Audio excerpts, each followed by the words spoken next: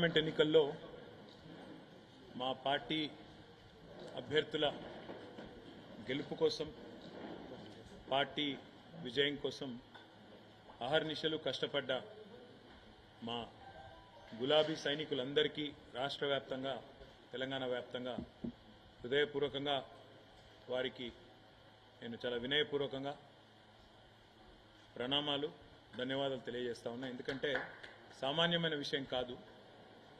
ఒక పార్టీ 5 నెలల కింద జరిగిన శాసనసభ ఎన్నికల్లో అనుకోని అనూహ్యమైన పద్ధతుల్లో పరాభవం పాలైన మరి తర్వాత రకరకాల కుట్రలు కుతంత్రాలు పార్టీలోంచి నాయకులను తీసుకొని పోవడాలు ఇవన్నీ జరిగినా కొంతమంది స్వార్థపరులు పార్టీని విడిచిపెట్టి పోయినా పట్టుదలతో మొక్కవోని ధైర్యంతో ఇవాళ రాష్ట్ర వ్యాప్తంగా గ్రామ గ్రామాన ప్రతి పట్టణంలో కూడా ప్రతి గల్లీలో కూడా అద్భుతంగా పనిచేసిన మా అన్నదమ్ములకు మా అక్క చెల్లెలకు బీఆర్ఎస్ పార్టీ కుటుంబ సభ్యులందరికీ హృదయపూర్వకంగా ధన్యవాదాలు. హృదయపూర్వకంగా మళ్ళొకసారి వారికి నమస్కారాలు. ఒకవైపు క్షేత్రస్థాయిలో మా నాయకులు కార్యకర్తలు బలంగా పనిచేయడం, మరొక వైపు సోషల్ మీడియాలో కూడా అంతే స్థాయిలో ఎప్పటికప్పుడు ప్రత్యర్థుల దుష్ప్రచారాలను ప్రత్యర్థులు చేసే విమర్శలను తిప్పికొడుతూ సోషల్ మీడియాలో కూడా అద్భుతంగా పనిచేసిన మా సోషల్ మీడియా వారియర్స్ అందరికీ కూడా హృదయపూర్వకంగా ధన్యవాదాలు. ఎందుకంటే ఇప్పుడు ప్రసార మాధ్యమాల్లో ముఖ్యంగా ఈ సామాజిక మాధ్యమాల్లో ఎక్కడికక్కడ మా పిల్లలు ఒకవైపు ప్రభుత్వం కేసులు పెట్టే ప్రయత్నం చేసినా, రేవంత్ రెడ్డి పోలీసులు భయపెట్టే ప్రయత్నం చేసినా ఎక్కడికక్కడ చాలా చురుగ్గా పార్టీ యొక్క ఆలోచనను బీఆర్ఎస్ పార్టీ గెలవాల్సిన ఆవశ్యకతను వివరించి చెప్పినందుకు సోషల్ మీడియాలో కూడా పనిచేసిన మా నాయకులు కార్యకర్తలు సైనికులు అందరికీ పేరు పేరున నమస్కారం. దాడులను కేసులను కుట్రలను కుతంత్రాలను స్వార్థపరుల రాజకీయ ఎత్తుగడలను ఎన్నిటినీ తిప్పికొడుతూ మరి మొక్కవోని ధైర్యంతో ముందుకు పోయినాం. పెద్దలు కేసీఆర్ గారి బస్సు యాత్రతో నిజంగా చెప్పాలంటే పార్లమెంట్ ఎన్నికల్లో ఒక మలుపు తిప్పింది రాష్ట్ర రాజకీయాన్ని కేసీఆర్ గారి బస్సు యాత్ర. 17 రోజుల బస్సు యాత్రతో 2 జాతీయ పార్టీలు కూడా దిగిరాక తప్పని పరిస్థితి. 2 జాతీయ పార్టీల నాయకత్వాలు కూడా తెలంగాణ చుట్టూ గింగిరాలు కొట్టక తప్పని పరిస్థితి కేసీఆర్ గారి బస్సు యాత్ర కల్పించింది. ఏ జిల్లాకి పోయినా, ఏ నియోజకవర్గానికి పోయినా, ఏ పట్టణానికి పోయినా బ్రహ్మరథం పట్టినారు ప్రజలు. ముఖ్యంగా రాష్ట్రంలోని ప్రతి పాయింట్లో ఎక్కడెక్కడైతే కేసీఆర్ గారు కాలు పెట్టారో దాదాపు 30 చోట్ల ప్రతి చోట కూడా మరి ఈ బస్సు యాత్రని రోడ్ షోలను కూడా విజయవంతం చేసిన మా పార్టీ నాయకత్వానికి కూడా హృదయపూర్వకంగా ధన్యవాదాలు. ఆదిలాబాద్ నుంచి అలంపూర్ దాకా ఇవాళ గులాబీ సైన్యంలో గుండెల నిండా కూడా ఆత్మవిశ్వాసం కనబడతా ఉంది. తప్పకుండా 2 జాతీయ పార్టీలకు కూడా ముచ్చెమటలు పట్టించినాం.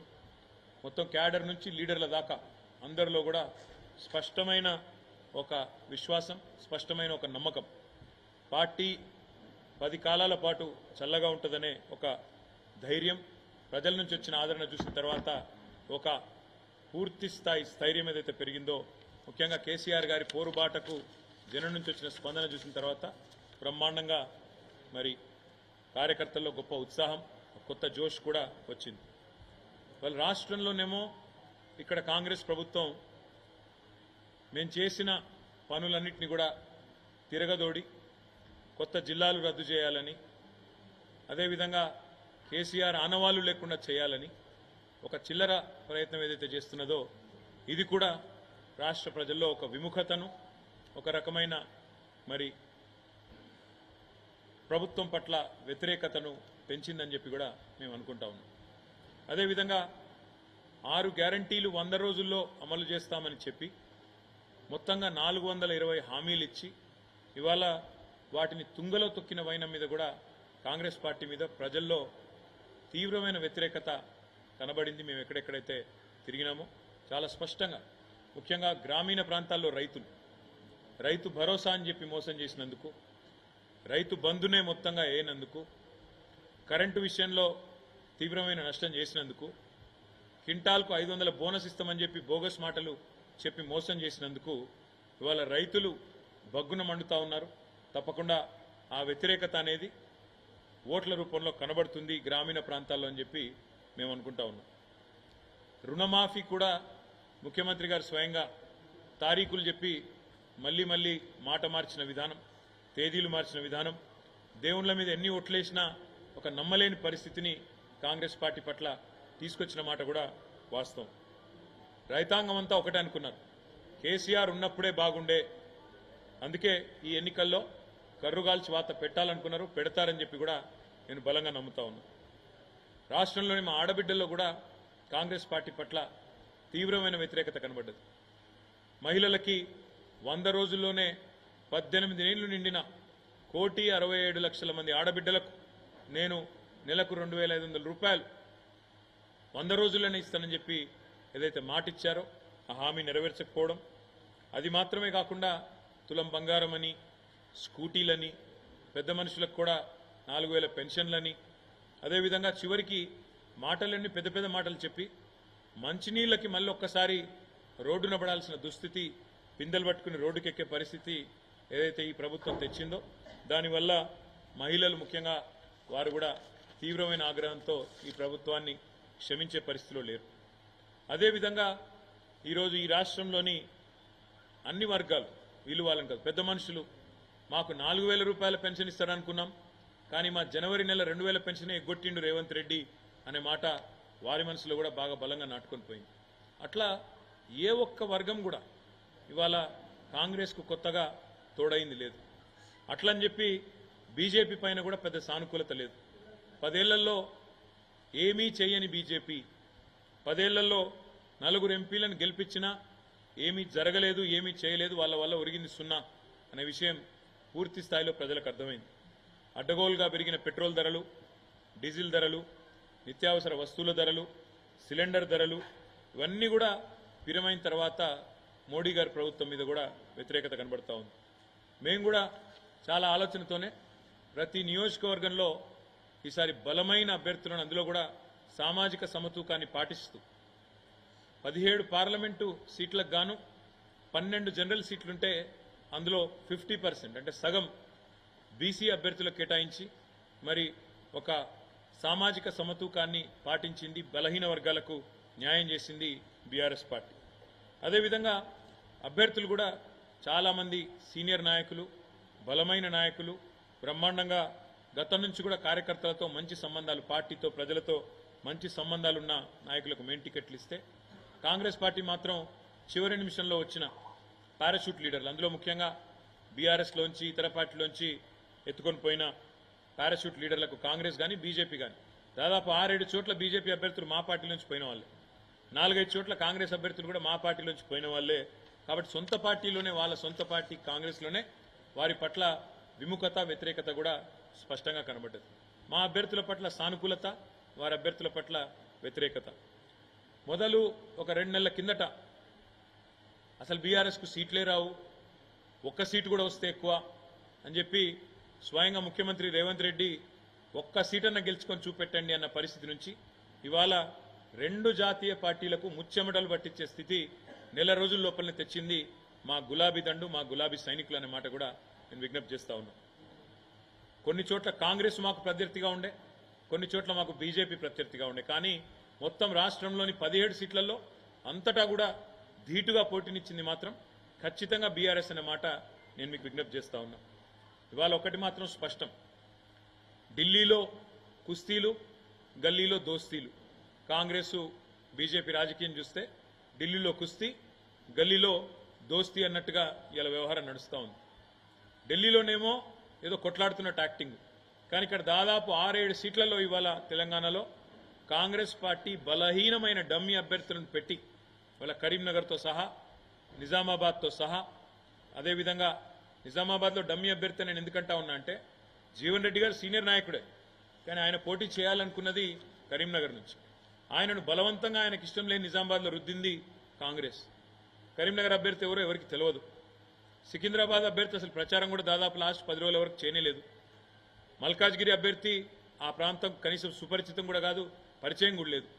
ఇట్లా 6-7 సీట్లలో డమ్మీ అభ్యర్థులను పెట్టి రేవంత్ రెడ్డి గారు మరి బీజేపీని గెలిపించడానికి కిషన్ రెడ్డి కంటే ఎక్కువ రేవంత్ రెడ్డి కష్టపడ్డాడన్న మాట నేను విజ్ఞప్తి చేస్తా ఉన్నా. అదే మాదిరిగా ఇవాళ ఒక వార్త స్పష్టంగా కనబడతా ఉంది. నేను మా నాయకులు కార్యకర్తలకు కూడా నేను చేసే విజ్ఞప్తి, వాళ్ళ దేశంలో ఈ 2 కూటమిల్లో ఏ కూటమికి కూడా స్పష్టమైన మెజారిటీ వచ్చే పరిస్థితి కనబడడం లేదు. ఇటు బీజేపీ ఆధ్వర్యంలో ఉన్న ఎన్డీఏకి కానీ కాంగ్రెస్ ఆధ్వర్యంలో ఉన్న ఇండియా కూటమికి కానీ స్పష్టమైన మెజారిటీ అయితే వచ్చే పరిస్థితి లేదు. ప్రాంతీయ పార్టీలే తమ హవా కొనసాగించబోతా ఉన్నాయి. తప్పకుండా ఏ పార్టీలైతే ఇండియాలో కానీ ఎన్డీఏలో కానీ లేవో ఆ పార్టీలకు వచ్చే సీట్లు, అందులో చాలా ప్రముఖమైన పార్టీలు ఉన్నాయి. బీఆర్ఎస్ ఉన్నది, వైఎస్ఆర్సీపీ ఉన్నది, బిజు జనతాదళ్ ఉన్నది. వీళ్ళే రేపు ప్రాంతీయ శక్తులే నిర్ణయాత్మకమైన పాత్ర పోషిస్తాయనే విశ్వాసం మాకున్నది. 5 నెలలు టైంపాస్గా నడిపింది కాంగ్రెస్ ప్రభుత్వం ఈ రాష్ట్రంలో ప్రభుత్వాన్ని. ప్రజల సమస్యల పట్ల కానీ ప్రజల అవసరాల పట్ల కానీ అవగాహన లేకుండా అన్ని చిల్లరమల్లర అంశాలు తీసుకొని కొన్ని రోజులు మేడిగడ్డ మీద టైంపాస్ పేరు మీద, కొన్ని రోజులు శ్వేతపత్రాల పేరు మీద టైంపాస్, కొన్ని రోజులు ఫోన్ ట్యాపింగ్ అని టైంపాస్, రకరకాలుగా ప్రజల దృష్టిని మరల్చడానికి చిల్లరమల్లర ప్రయత్నాలు చేసి చివరికి కొంతమంది నాయకులను మా పార్టీ వాళ్ళని గుంజుకున్నా మా క్యాడర్ మాత్రం బలంగా నిలదొక్కున్నది, నిలబడ్డది. పార్లమెంటు ఎన్నికల్లో అద్భుతంగా పోరాట పటిమను ప్రదర్శించింది బీఆర్ఎస్ పార్టీ క్యాడర్. అందుకే తప్పకుండా మంచి విజయాలు కూడా మా పార్టీ మా క్యాడర్ బలం వల్ల, మా పార్టీ నాయకులు చేసిన ఐకమత్యమైన సమన్వయంతో కూడిన కృషి వల్ల మంచి ఫలితాలు సాధించబోతా ఉన్నాం. ప్రజలకు ఒక విషయం స్పష్టంగా అర్థమైంది. ఈనాడైనా ఏనాడైనా అల్టిమేట్గా బీఆర్ఎస్ పార్టీయే తెలంగాణ ప్రయోజనాలకు సంబంధించినంత వరకు శ్రీరామ రక్ష అనే మాట ప్రజలందరికీ కూడా అర్థమైంది. 2 జాతీయ పార్టీలు కూడా కేవలం సన్నాయి నొక్కులు నొక్కడానికి, విమర్శలు చేయడానికి, కేసీఆర్ గారిని దూషించడానికి, కేవలం తెలంగాణకు ఏమీ చేయకపోయినా అడ్డగోలు మాటలు మాట్లాడడానికి, అడ్డగోలు విమర్శలు చేయడానికి మాత్రమే పరిమితం. వీళ్ళ వల్ల అంతకంటే ఏమీ కాదు అనే మాట కూడా అర్థమైంది. చివరిగా నేను చేసే విజ్ఞప్తి, నేను చెప్పే మాట ఒకటే. ఇవాళ మా పార్టీ నాయకులు, మా పార్టీ కార్యకర్తలు ఎవరెవరైతే ఈ ఎన్నికల్లో అద్భుతమైన పని చేసినారో వారందరికీ ధన్యవాదాలు తెలియజేసుకుంటూనే వారికి ఇంకొక మాట కూడా నేను విజ్ఞప్తి చేస్తా ఉన్నాను. మీరు చేసిన కృషి, మీరు చేసిన ప్రయత్నం ఉత్తగానే పోదు.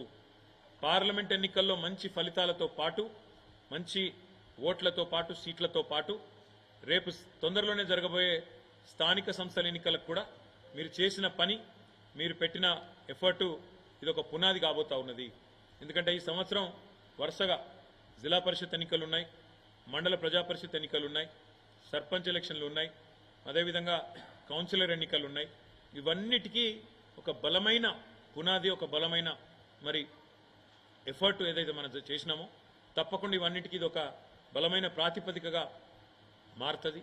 తప్పకుండా కాంగ్రెసు బీజేపీ శాయశక్తుల ఎన్ని ప్రయత్నాలు చేసినా తప్పకుండా మీ అందరి ఎఫర్ట్ వల్ల మళ్ళీ తెలంగాణ ప్రజల ఆశీర్వాదంతో బీఆర్ఎస్ పార్టీ ఈ 3 పార్టీలలో అత్యధిక సీట్లు సాధించిన పార్టీగా నిలబడబోతుందని చెప్పి కూడా తెలియజేస్తూ మళ్ళొక్కసారి మాకు ఎన్నికల్లో ఓట్లేసిన ప్రజలకు, అదేవిధంగా అహర్నిశలు కష్టపడి పనిచేసిన మా గులాబీ సైనికులకు హృదయపూర్వకంగా ధన్యవాదాలు తెలియజేస్తూ తప్పకుండా మంచి మెజారిటీతో మరి మంచి గౌరవప్రదమైన స్థాయిలో ఆ 2 పార్టీల కంటే ఎక్కువనే సీట్లు సాధిస్తామని చెప్పి కూడా ఆశాభావాన్ని వ్యక్తం చేస్తూ మాకు సహకరించిన ప్రతి ఒక్కరికి, మీడియాతో సహా ప్రతి ఒక్కరికి కూడా పేరు పేరున ధన్యవాదాలు, పేరు పేరున నమస్కారం. Thank you.